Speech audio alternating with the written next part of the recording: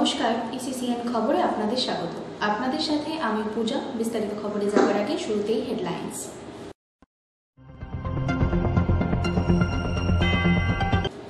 প্রধানমন্ত্রী নরেন্দ্র মোদীর ছবিতে কালি মাখার প্রতিবাদে কোচবিহার শহরে ধিক্কার মিছিল বের করল বিজেপি তফসিলি মোর্চা।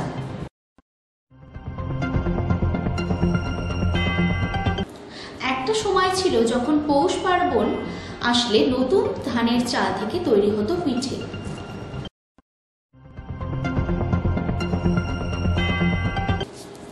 প্রায় দীর্ঘ ১৩ বছর পর শিলিগুড়িতে এলেন বৌদ্ধ ধর্ম গুরু দলাই লামা।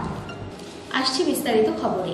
প্রধানমন্ত্রী নরেন্দ্র মোদীর ছবিতে কালি মাখার প্রতিবাদে কোচবিহার শহরে ধিক্কার মিছিল বের করল বিজেপি তপশিলি মোর্চা। বৃহস্পতিবার দুপুরে কোচবিহার জেলা বিজেপির তপশিলি মোর্চার পক্ষ থেকে বিজেপির জেলা পার্টি অফিসের সামনে থেকে প্রতিবাদ মিছিল বের করা হয়। মিছিলটি কোচবিহার শহরের মরাপোড়া চৌপথি এলাকা হয়ে বিভিন্ন পথ ধরে পুনরায় পার্টি অফিসে এসে শেষ হয়। উল্লেখ্য, গত সোমবার ১১ ডিসেম্বর বিজেপির বিকশিত রথযাত্রার গাড়িতে প্রধানমন্ত্রীর ছবি লাগানো রয়েছে। সেই ছবিতে নিউ কোচবিহার এলাকায় তৃণমূল কংগ্রেসের পক্ষ থেকে কালি ছিটিয়ে দেওয়া হয়। তার প্রতিবাদে একই সঙ্গে এখন পুলিশের পক্ষ থেকে অনুমতি না দেওয়া রথযাত্রা বের করতে পারেনি বিজেপি। তাই পুলিশের বিরুদ্ধে এদিনে ধিক্কার মিছিল বের করে বিজেপি তপশিলি মোর্চা। মোদীজির যে বিভিন্ন উন্নয়নমূলক প্রকল্পগুলো প্রচারের লক্ষ্যে বিকশিত ভারত যে রথযাত্রা, সেই রথযাত্রায় আপনারা দেখেছেন টিএমসির দুষ্কৃতীরা তারা কি করেছে, আমাদের বিশ্ববরেণ্য নেতা নরেন্দ্র মোদীজির যে ফটো সেখানে কালি ছিটিয়েছে। অর্থাৎ তারা এতটাই নির্লজ্জ। প্রধানমন্ত্রী শুধু কিন্তু বিজেপির নয়, প্রধানমন্ত্রী সমস্ত ভারতবাসীর পরোক্ষভাবে তারা ভারতবর্ষের সংবিধান তথা ভারতবাসীকে অপমান করেছেন। এর অপমানের জবাব যথার্থভাবেই আগামী নির্বাচনে আমাদের সাধারণ জনতা দেবেন। পাশাপাশি আমি বলতে যাচ্ছি যে টিএমসির দলদাস তথা পুলিশ কি করছে, টিএমসির পদলেহনকারী পুলিশ তাদের কথা মতো আমাদের সেই একটা রথযাত্রার মতো পবিত্র যে প্রোগ্রাম সেটাকে তারা অনুমতি দান করেননি। পাশাপাশি তারা আমাদের ভারতীয় জনতা পার্টিতে যেমন 7টা মোর্চা রয়েছে, ঠিক তেমনই টিএমসির কাছে পুলিশ হয়েছে একটা মোর্চা এবং টিএমসির হয়েই কাজ করছে তারা। তো আগামী আমরা সাধারণ জনগণের কাছে বিবেকের কাছে প্রশ্ন রাখছি, আগামী দিনে এরকম একটা নোংরা এবং এরকম একটি একদম আপাতমস্তক দুর্নীতিগ্রস্ত সরকারকে, টিএমসি সরকারকে বিদায় জানাতে আপনারা এগিয়ে আসুন। আমরা অবশ্যই সাথে আছি। আমার দৃঢ় বিশ্বাস আগামীতে বাংলার মানুষ টিএমসিকে ছুঁড়ে ফেলে দেবে গঙ্গার জলে। ইসিসিএন খবর, দিনহাটা। একটা সময় ছিল যখন পৌষ পার্বণ আসলে নতুন ধানের চাল থেকে তৈরি হতো পিঠে। তবে এখন এসব অতীত। কোচবিহার রাসমেলার অন্যতম খাবারের আকর্ষণ পিঠে। পৌষের আগেই কোচবিহারের মানুষেরা পিঠা খেতে মত্ত হয়ে পড়েছে। শীতের সোনালি রোদ পড়তেই শুরু হয়ে যায় কোচবিহারের রাসমেলা। আর রাসমেলায় এসে পিঠে খাবে লোকজন, এটা নিতান্তই স্বাভাবিক। এর জন্য আর পৌষ পার্বণ পর্যন্ত অপেক্ষা করার কোনো মানেই নেই কোচবিহারবাসীর। তবে পিঠে ব্যবসায়ীরা জানান, এখন আর মানুষ আগের মতন এই পিঠে বানানোর ঝামেলা নেয় না। তাই সবাই এখন রেডিমেড পিঠের দিকেই ঝুঁকছে।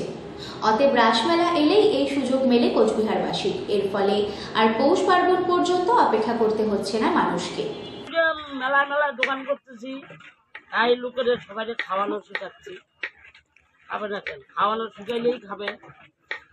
আমি খাওয়ানো শিখাই ফেলাইছি 25 বছরে, সবাই খায়, অসুবিধা নাই। মানে এখন আর বেশ দেখা যায় যে মেলা ঘোরার পরে অনেকে বাড়ির জন্যও নিয়ে যায়, মানে বাড়িতেও কি ঝামেলা আর করতে চায় না এখন কেউ? না, নিয়ে যায়। কি বলবেন? পিঠা সবাই ভালোবাসছে, সেই কারণে পিঠাটা খাচ্ছে। পৌষ পার্বণের আগে থেকে পিঠাটা শুরু হয়ে যায়। আমার পাওয়ার হাউসে দোকানও আছে। তোমার আশ্বিন মাস থেকে শুরু হয়ে যায় পিঠা খাওয়া সবার। মানুষ ভালোবাসছে, আমরাও বানাচ্ছি, বিক্রি করছি। মানে মেন বিষয়টা কি এই যে পিঠে বানানোর যে ঝামেলা, সেই ঝামেলাটাই পোহাতে চাইছে না বলে কি এখন রেডিমেড পিঠের দিকে ঝুঁকছে লোকে? এখন মানুষের কাছে সময় কোথায়? ব্যস্ততার যুগ, ব্যস্ততার সময়, সবাই এতটাই ব্যস্ত থাকে যে বানানোর সময়টাই হয় না। সেই কারণে ইসিসিএন খবর, দিনহাটা। প্রায় দীর্ঘ ১৩ বছর পর শিলিগুড়িতে এলেন বৌদ্ধ ধর্মগুরু দলাই লামা। শিলিগুড়ির শালুগাড়া এলাকাতে অবস্থিত শেত গুয়েত মনেস্ট্রিতে আসেন তিনি।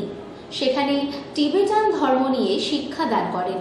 এদিন দার্জিলিং, কালিম্পং, সিকিম, ডুয়ার্স সহ পার্শ্ববর্তী দেশ নেপাল, ভুটান থেকে প্রায় 20,000 ভক্তদের সমাগম হয় ওই মনেস্ট্রিতে। জানা যায় এদিন এই কর্মসূচি শেষে তিনি দিল্লির উদ্দেশ্যে রওনা দেবেন। চলতি মাসে তিনি সিকিম আসেন এবং আজ সিকিম থেকে শিলিগুড়িতে আসেন তিনি।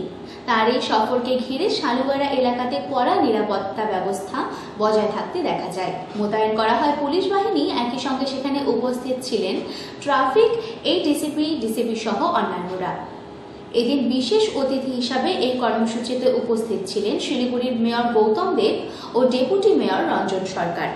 ইসিসিএন খবর, দিনহাটা।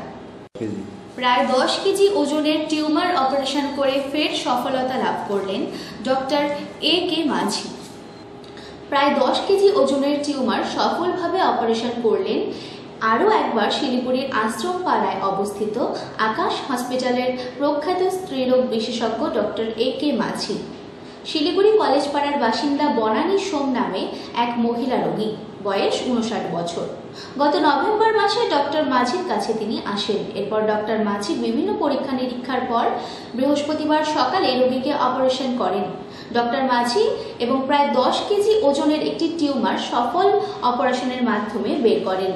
এই সফল অপারেশনের পর ডক্টর মাঝি জানান, রোগী এখন সুস্থ আছেন। ডাক্তারবাবুর এসব সফল অপারেশনে বাড়ির আপনজনেরা ভীষণ খুশি এবং তারা ডক্টর মাঝির প্রতি কৃতজ্ঞতা স্বীকার করেন।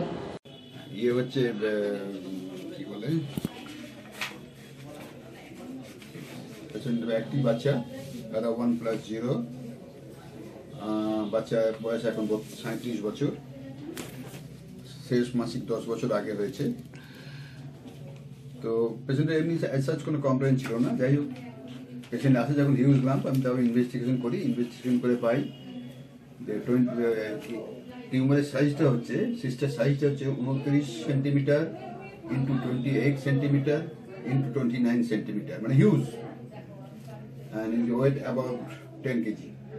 আচ্ছা, তো যাই হোক, আজকে অপারেট করি। পেশেন্টটা একটু ঝামেলার ছিল, সেটা হচ্ছে যে সিস্টটা পিছন দিকে ফিক্সড হয়েছিল, মানে আমাদের যে নাড়ি মুড়ি যাবে কোলনের সাথে গার্ডের সাথে অ্যাডেশন ছিল, যাকে আস্তে আস্তে ছাড়িয়ে remove the tumour, remove the cyst totally, and post operative patient এখন ঠিক আছে। টেস্ট করার পরে গতকাল দুপুরবেলায় অ্যাডমিট করা। আচ্ছা, অ্যাডমিট হওয়ার পরে আজকে ভোরবেলায় এই 8টার দিকে অপারেশন করেছে। অপারেশন 1 ঘন্টা সময় লেগেছে। আর যে সিস্টটা বেরিয়েছে ওটা মানে জল শুদ্ধ 12 কিলো।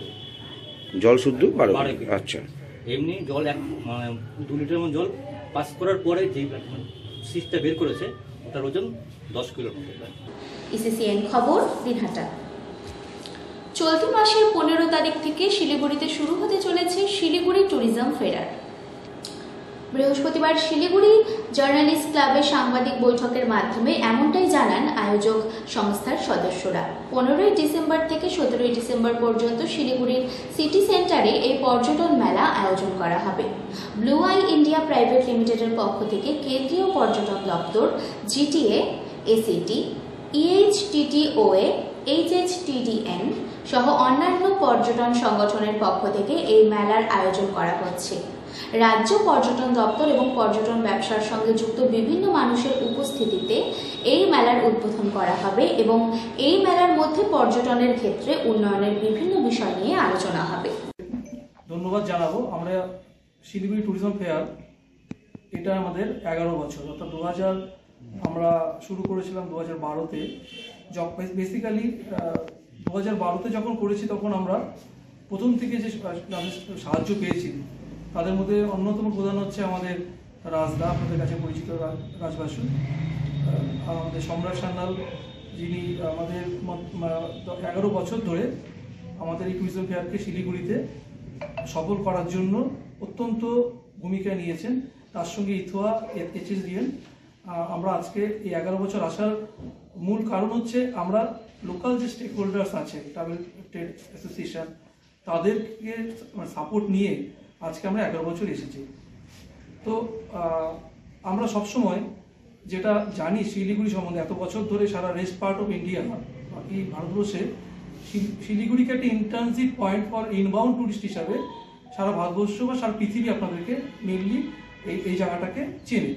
আমরা এটা যখন প্রথম শুরু করেছিলাম তখন সারা ভারতবর্ষের কাছে আমরা যখন এই প্রপোজালটা নিয়ে যাই যে এখানেও একটা আমরা আউটবাউন্ড ট্যুরিজমের জন্য করব, অর্থাৎ শিলিগুড়িবাসী বা শিলিগুড়ি সারাউন্ডিং যারা থাকবে তারাও যদি কোনো ভারতবর্ষের কোনো জায়গায় ঘুরতে যেতে চায়, মেট্রো সিটিসে যেখানে সমস্ত স্টেট ট্যুরিজমের অফিস আছে সেখানে এদের কোনো সুযোগ সুবিধা থাকে না এইভাবে কমিউনিকেশন করার জন্য।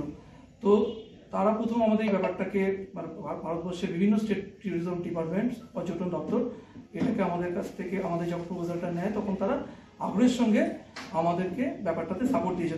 সে কারণেই আমরা বিভিন্ন বছর আমাদের ভারত সরকারের পর্যটন মন্ত্রণালয় এবং বিভিন্ন রাজ্য সরকারের পর্যটন দপ্তরকে পাই। এবছর আমাদের সাথে আমাদের স্টেক হোল্ডার্সদের মধ্যে অ্যাসোসিয়েশন যারা, তাদের মধ্যে অন্যতম আছেন আমাদের ইথোয়া আছেন, HSDN অ্যাক্ট, আমাদের সংগঠন ট্রাভেল ট্রেড অ্যাসোসিয়েশনের আপনারা জানেন রিজনে, তারা আমাদের সঙ্গে আছেন। সাথে আছে ministry tourism government of India, আছেন আমাদের রাজস্থান গভর্নমেন্ট, আছে GTA। ECCN খবর দিনহাটা। প্রতিবেশী আইনজীবীর বাড়িতে ঢুকে দলবল নিয়ে হামলা ও সদ্য প্রসূতিকে মারধর করার অভিযোগ তৃণমূল কাউন্সিলরের ছেলের বিরুদ্ধে। সোশ্যাল মিডিয়ায় ভাইরাল ভিডিওর সত্যতা যাচাই করেনি সংবাদ মাধ্যম। বাবার ক্ষমতার অপব্যবহারে কটাক্ষ বিজেপির, সাফাই তৃণমূলের, তদন্তে পুলিশ। তৃণমূল কাউন্সিলরের ছেলের দাদাগিরি আর সেই ভিডিও সোশ্যাল মিডিয়া ভাইরাল হতেই শোরগোল মালদহ জেলা জুড়ে। যদিও ভিডিওর সত্যতা যাচাই করেনি সংবাদ মাধ্যম। প্রতিবেশী আইনজীবীর বাড়িতে ঢুকে সদ্য প্রসূতিকে মারধর ও ভাঙচুর করার অভিযোগ। বাবার ক্ষমতার অপব্যবহার করে এলাকায় দলবল নিয়ে হামলা করার অভিযোগের নাম জড়ালো মালদহের পুরাতন মালদা পৌরসভার 5 নম্বর ওয়ার্ডের তৃণমূল কাউন্সিলর বশিষ্ঠ ত্রিবেদীর ছেলে সুতিন ত্রিবেদীর বিরুদ্ধে। এ নিয়ে সুর চড়িয়েছে বিরোধীরা, সাফাই তৃণমূলের, জানিয়ে শুরু রাজনৈতিক চাপানোতর। ECCN খবর দিনহাটা। ECCN খবর এখনকার মতো এখানেই শেষ হলো। আপনারা দেখতে থাকুন ECCN খবর, সবার মাঝে সবার সাথে।